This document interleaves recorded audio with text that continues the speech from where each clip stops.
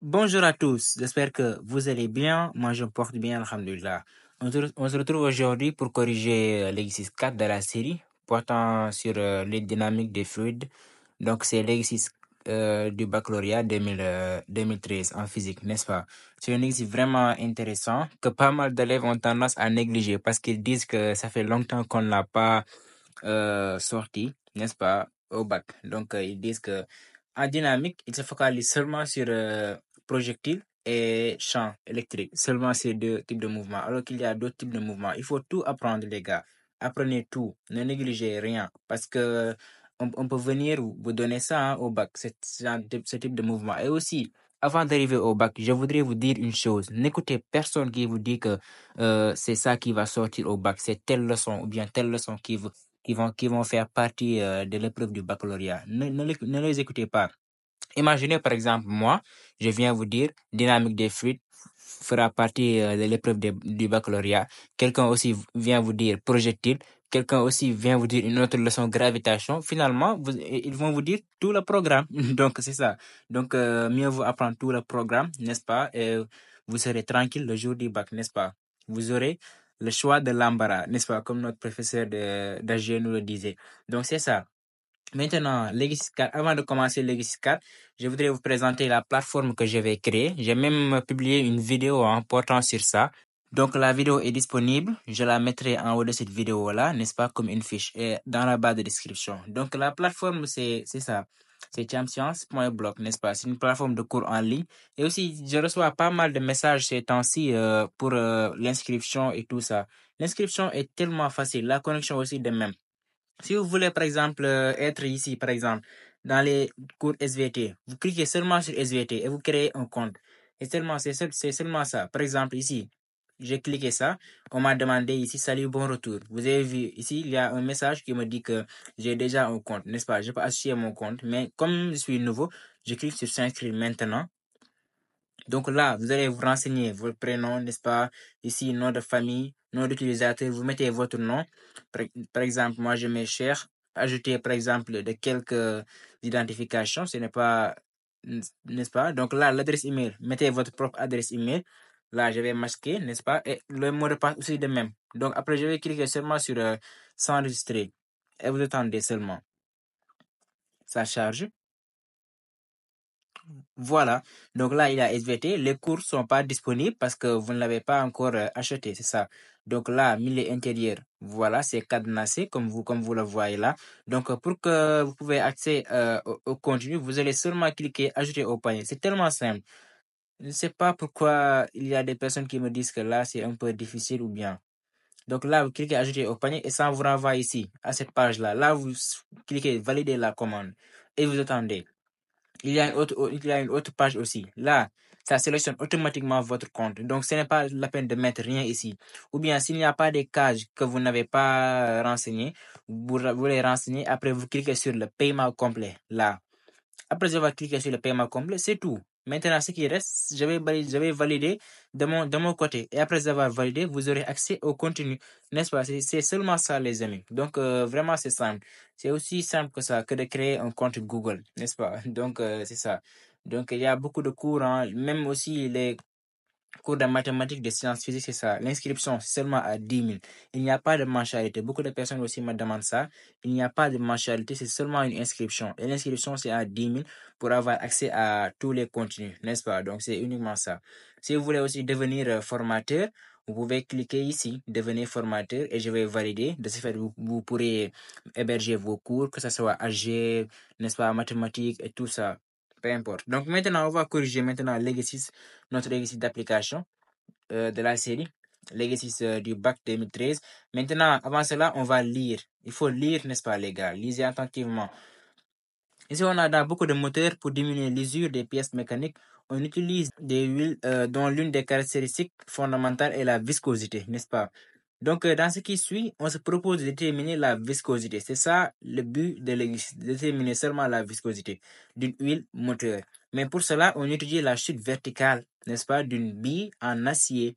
La bille est en acier, d'abord dans l'air, puis dans l'huile. Dans les deux cas, la bille est lâchée sans vitesse initiale. Ça aussi, c'est important.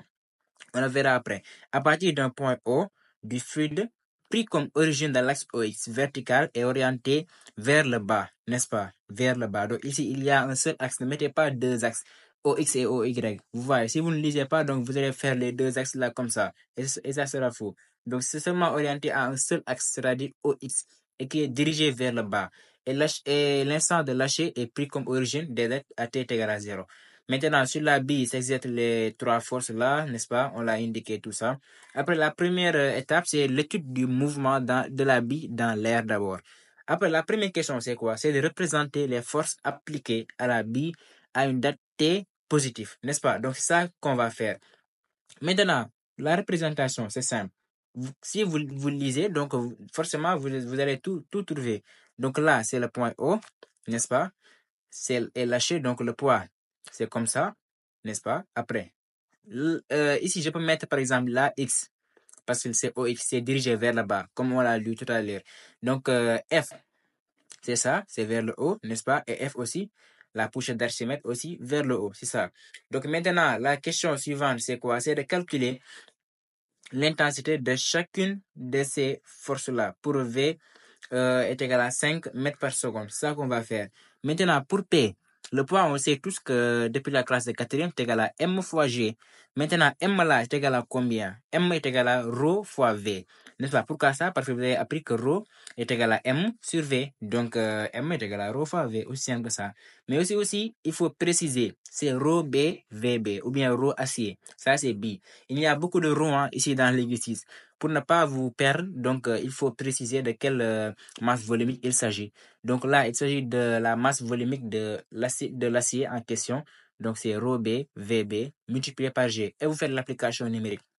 La masse volumique de l'acier, on nous a donné ça à la fin. C'est pour cela aussi, il faut lire jusqu'à la fin. C'est ça.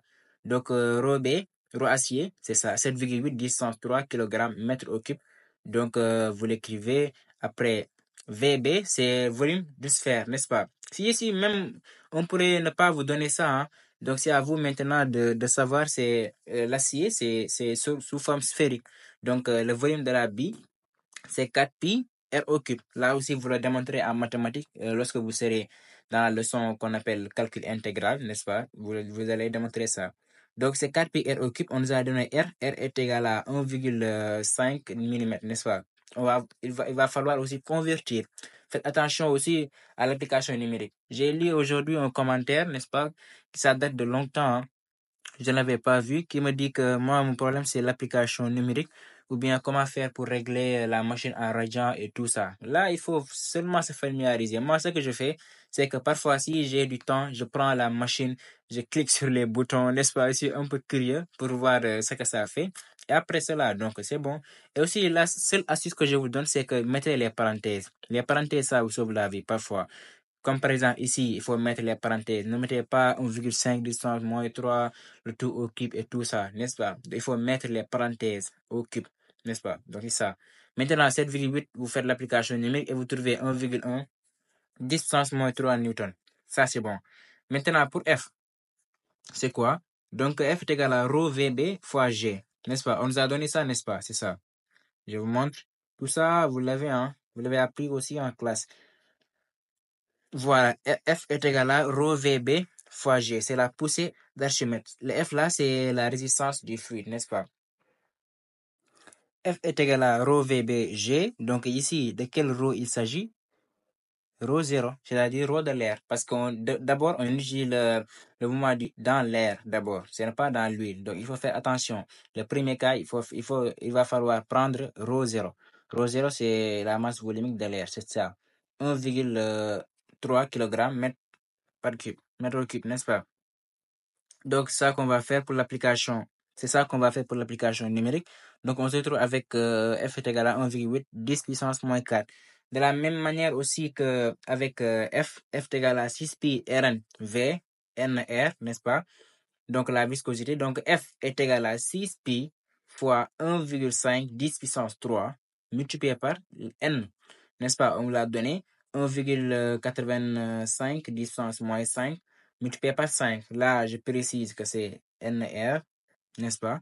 fois V. V, on vous a donné, c'est 5 mètres par seconde. Et vous faites l'application numérique. Maintenant, la question suivante, c'est quoi? Ici aussi, il faut faire attention à cette question-là. On vous a demandé que d'en déduire qu'on peut négliger, voilà, qu'on peut négliger les intensités F et grand F, n'est-ce pas, la résistance et la poussée d'Archimède devant celle du poids. Maintenant là, il ne faut pas venir directement regarder là les intensités de P, F et voir que P est supérieur à F, supérieur à petit F aussi. Non, il ne faut pas faire ainsi. Pour déterminer qu'on peut négliger, il faut faire le rapport. Seulement ça. Faites le quotient.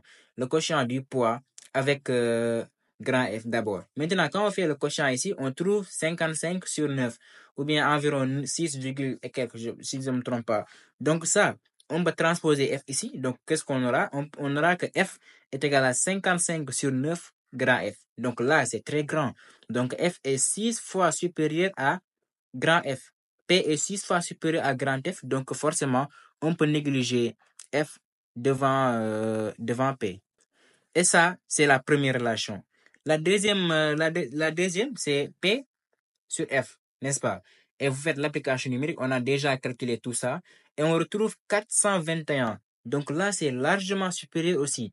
Donc P est égal à 421 fois l'intensité de F. Donc là aussi, on peut négliger le poids, on peut négliger F devant P. Donc d'après ces deux assertions-là, on peut bel et bien négliger les deux forces-là, F et F, devant P. Pourquoi ça? Parce que ça, c'est pour après, c'est-à-dire la T, c'est pour appliquer le terme du centre d'inertie. Parce que là-bas aussi, on va négliger donc les deux forces-là devant P. Donc, on aura seulement P est égal à MA. On le verra après. C'est d'ailleurs même la question suivante.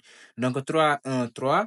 Là, on va 3, 1, 3, établir les équations horaires de la vitesse Vt et de l'abscisse x de t de la bille. Après, on nous a demandé de préciser la nature du mouvement de la bille dans l'air. Là aussi, c'est simple. Système bille, référentiel terrestre, supposé galiléen, tout ça, c'est facultatif. Donc, les forces, bilan des forces appliquées. Écrivez toutes les forces d'abord avant de négliger. Donc là, on a P, on a F aussi. Maintenant, comme on a négligé F, les deux F là, n'est-ce pas, devant P, donc là, on peut venir seulement écrire que P est égal à MA. Et on sait que P est égal à MG. Écrivez toujours aussi les vecteurs. MG est égal à MA. Donc A est égal à G. Ça, c'est réglé. Après, vous projetez. Maintenant, qu'est-ce qu'on sait? On sait que G est égal à 10, n'est-ce pas? Ça, c'est une constante. Donc, ça, tout ça, c'est une constante. Donc, on peut dire. Donc, A est égal à G est égal à une constante. Donc, qu'est-ce qu'on peut en déduire que lorsque A est égal à une constante, donc on a un mouvement qui est uniformément varié, n'est-ce pas? Rectiligne uniformément varié. Donc là, on projette. Donc on sait que V, x est égal à combien? AXT plus V0x, n'est-ce pas? Ça, on le sait. Et aussi, x est égal à, comme on est dans un cas de mouvement rectiligne uniformément varié, que x est égal à 1 demi de AX au carré, AXT au carré plus V0xt plus x0, n'est-ce pas? Mais ici, comme on projette A est égal à G, et que ici, le mouvement dirige vers le bas, et G aussi, la même chose. Donc là, AX suivant x, donc va être égal à combien? C'est égal à g seulement. Vous mettez le t, et là, comment on l'a lâché sans vitesse initiale, donc c'est 0. Uniquement ça. Maintenant, x aussi, vous faites de même. Ax est égal à g, après t au carré. Tout ça, c'est égal à 0 parce qu'on a supposé donc que le point, c'est O. C'est l'origine, c'est 0, 0. Donc là, il n'y a rien. Donc du coup, on a Vx est égal à gt et V0, x est égal à 1 demi de gt au carré. Vous remplacez g, c'est 10. Et 1 demi de 10, c'est 5. 5t au carré. Donc, le mouvement, on peut dire que c'est uniforme, n'est-ce pas? Rectiligne de direction verticale. Uniquement ça. Maintenant, 3, 1, 4. On nous a dit au bout d'un parcours de 50 cm depuis le point O, la bille acquiert une vitesse de 3,16 mètres par seconde. Après, on nous a demandé de montrer que cette information confirme bien l'approximation faite à la question 3.1.2. Quelle était l'approximation faite à la question 3.1.2? C'est, on peut bel et bien négliger les forces F et F devant celles du poids. C'est ça qu'on va démontrer, n'est-ce pas? Donc là, il faut appliquer la formule de Torricelli, c'est-à-dire la relation indépendante du temps. C'est 2A delta de x, c'est égal à delta de V, le tout au carré, n'est-ce pas? Donc delta de x, comme c'est x final moins initial, n'est-ce pas? Là, c'est 0, n'est-ce pas? Final, c'est x, initial, c'est 0, parce que le point O est supposé comme étant l'origine.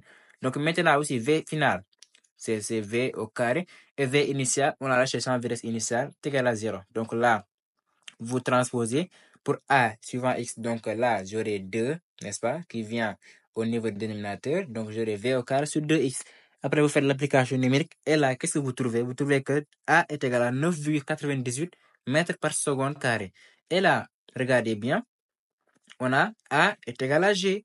Et on remonte. Ne vous arrêtez pas là. Donc, A est égal à G.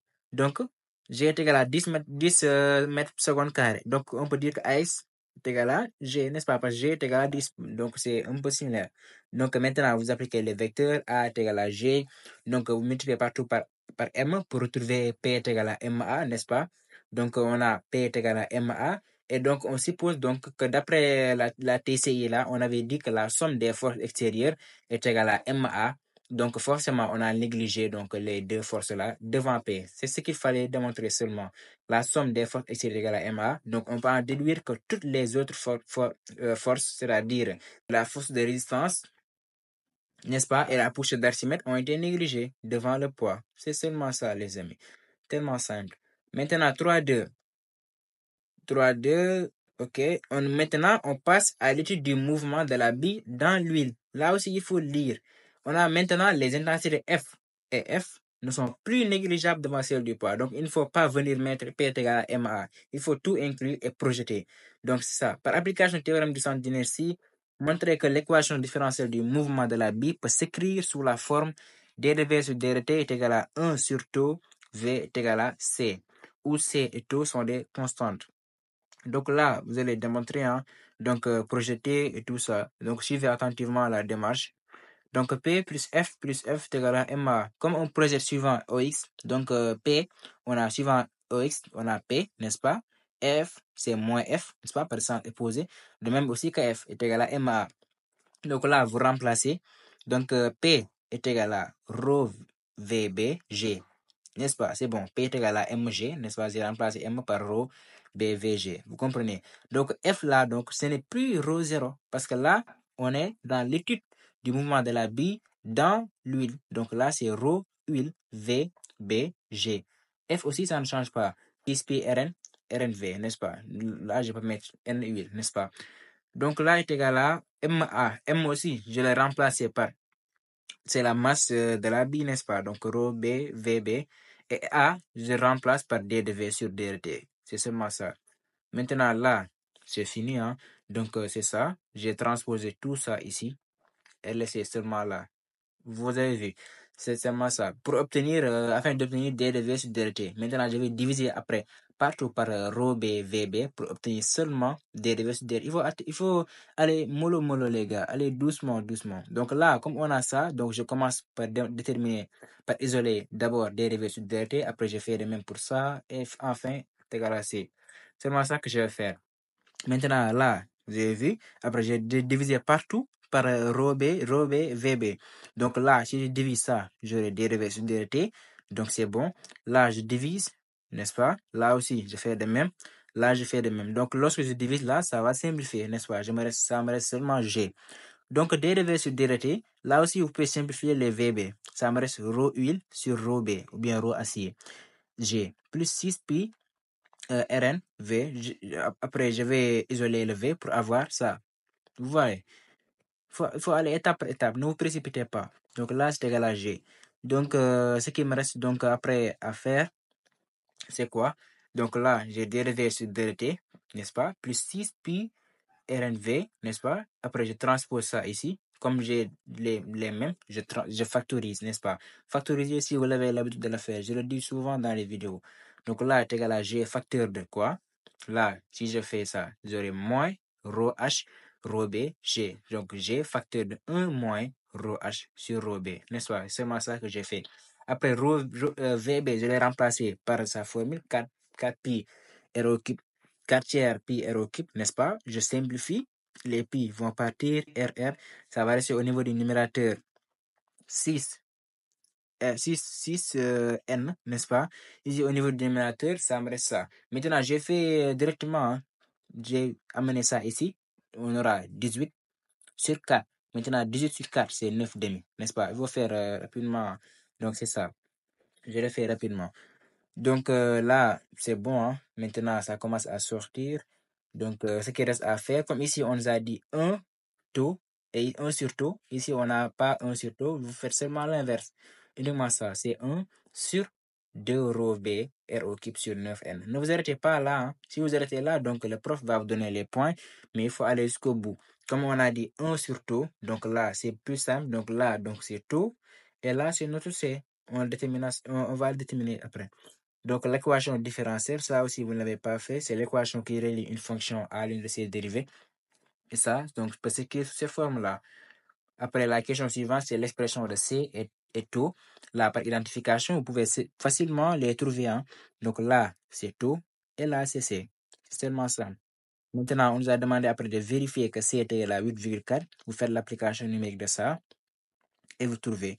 Si par contre vous faites l'application numérique et vous ne trouvez pas les 8,38, donc là, regardez votre démonstration. Forcément, il y a une erreur là-dedans. Donc c'est ça. Donc là, c'est 8,38, ce qu'il fallait vérifier au lieu de ce qu'il fallait démontrer. Donc là, 3, 2, 3. Après, on nous a demandé de décrire la nature du mouvement. C'est 3, 2, 3. Au bout d'un temps suffisamment long, l'accélération de la bille s'annule. La vitesse obtenue à partir de cet instant est appelée vitesse limite. C'est ça la vitesse limite. Le module V limite, n'est-ce pas? Donc là, c'est l'accélération de la bille est égale à 0. Donc qu'est-ce qu'on peut en déduire? On peut en déduire que dV sur dt est égal à 0. Donc V est égal à une constante. Et qu'est-ce que vous avez vu aussi en cinématique lorsque V est égal à une constante? Donc si V est égal à une constante, le mouvement est directement uniforme. Comme ici, on nous a demandé la nature du mouvement. Donc le mouvement est uniforme. C'est uniquement ça. Après, l'expression de V limite en fonction de C et tout. Donc là, c'est simple. Comme dV sur dt est égal à 0. Donc là, c'est égal à 0. C'est seulement ça qui va nous rester en remplaçant V là par V limite. Et vous transposez seulement. Tellement simple. Donc la V limite est égale à C fois taux. Vous voyez. Après cela, on nous a demandé la valeur de taux. Là aussi, c'est simple. Vous transposez taux est égal à V limite sur C. Vous faites l'application numérique. Vraiment, ce type de mouvement-là, si vous parvenez à démontrer ça, le reste, c'est tellement simple. C'est seulement ça. Apprenez à démontrer ça. Regardez la démarche que j'ai faite et vous n'aurez pas de problème sur ça. Le reste, c'est seulement, vous allez lire seulement. Ce sont les mêmes questions qui reviennent parfois. Donc, c'est ça. Maintenant, la détermination de la viscosité. Pour déterminer la viscosité, on sait que d'après la question, voilà, 3, 2, 3, 2, 2, on avait déterminé que tout par identification est égal à 2 rho B R au carré sur 9N. Vous tirez N ici, le taux va venir là. Donc N va être égal à 2 rho B R au carré sur 9 taux, n'est-ce pas? Dérobé. Voilà. Il faut avoir des techniques, hein. Moi, c'est ce que je faisais. Là, j'ai 2 rho B R au carré. Je disais dérobé, c'est-à-dire voler, dérobé. C'est ça. Dans ce cas-là, du moins. Donc, 9 taux au carré, n'est-ce pas? Et vous faites l'application numérique et vous vous retrouvez avec 7,8 10 puissance moins 1 dans le système international. Mais la viscosité dynamique, l'unité, c'est Pascal seconde. C'est ça. Pascal seconde. Vous pouvez écrire Pascal seconde, n'est-ce pas? Au lieu de système international, c'est Pascal seconde. Donc, on arrive maintenant à la fin, hein. Je voudrais inclure l'autre correction, mais ça sera long, c'est ça. Donc, c'est ça, hein. Et aussi, je continue à mettre les vidéos, hein. Ici, c'est ça, la série. Je corrigeais hier la série sur les nombres complexes, l'exercice 1, l'exercice 2. Vraiment, c'est très intéressant, surtout l'ensemble des points là.